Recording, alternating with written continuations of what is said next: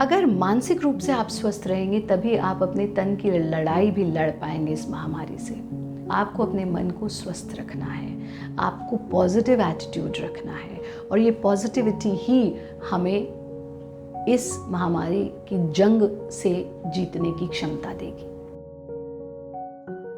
जो सबसे सबसे सबसे ज़्यादा इम्पॉर्टेंट है वो ये है कि आप नियमित रूप से योगाभ्यास करें। This is very important. कभी कभी अब आप ऑफिस नहीं जा रहे हैं, बहुत सारे लोग घर से वर्क फ्रॉम होम कर रहे हैं, हमारा रूटीन डिस्टर्ब हो जाता है। हम सोचते हैं योगाभ्यास क्या करना, एक्सरसाइज क्या करनी, घर पर ही तो है। ऐसा नहीं करेंगे, नियमित रूप से योगाभ्यास करेंगे और जो योग की क्रियाएं हमने योग नमस्कार में आपको सिखाई हैं उनका नियमित अभ्यास करेंगे।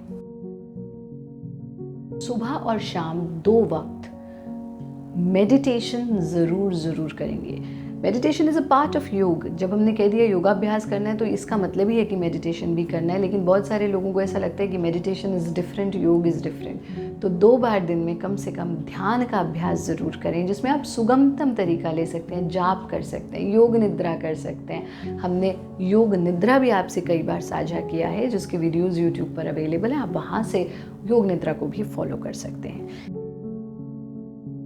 आपको एक रूटीन बना करके उसे फॉलो करना होगा। जब हम घर से काम करते हैं या जब हमारे आसपास कुछ बहुत सूदिंग सा नहीं होता, कुछ ऐसा होता है जो हमें डिस्ट्रैक्ट करता है, डिस्टर्ब करता है, तो सबसे पहले हमारा रूटीन डिस्टर्ब हो जाता है। तो अपना एक रूटीन बनाइए एंड मेक श्योर कि आप उस रूटीन को फॉलो करें। इतने बजे ये करना है, इतने बजे ये करना है, इतने बजे ये करना है। ये बहुत बहुत आवश्यक है कि आप प्रातःकाल उठिए और उठ करके सनलाइट लीजिए। सन हमारे जीवन में पॉजिटिविटी का सोर्स है। इनफैक्ट सन हमारे जीवन में लाइफ का सोर्स है। इसलिए आपकी हर शारीरिक, ये उन लोगों के लिए भी बहुत बहुत फ़ायदेमंद है जिनके रिपोर्ट्स पॉजिटिव आए हैं या जो आइसोलेशन में हैं। तो मेक श्योर कि आप सनलाइट लें, मॉर्निंग सनलाइट, और 40 मिनट कम से कम सूर्य की किरणों में ज़रूर बैठें अगर आप अपना मानसिक स्वास्थ्य बरकरार रखना चाहते हैं। समय से सोएं और समय पर जगें। बहुत सारे लोग इस वक्त टेलीविज़न देखते रहते हैं, मूवीज़ देखते रहते हैं, यूजलेस माइंडलेस स्क्रॉलिंग करते रहते हैं फ़ोन पर, विच is not a good thing. बहुत ज़रूरी है कि आप समय पर सोएं, समय पर जगें अगर आप मेंटली हेल्दी रहना चाहते हैं। आप अपने आहार का ध्यान रखें। जैसा खाए अन्न वैसा होए मन, वैसा होए तन और वैसा होए जीवन। मेक श्योर कि अगर आप घर पर हैं तो आप सिर्फ अपनी क्रेविंग्स ख़त्म नहीं कर रहे, कभी केक बना के खा रहे हैं, maida and lot of other food which is not healthy for you.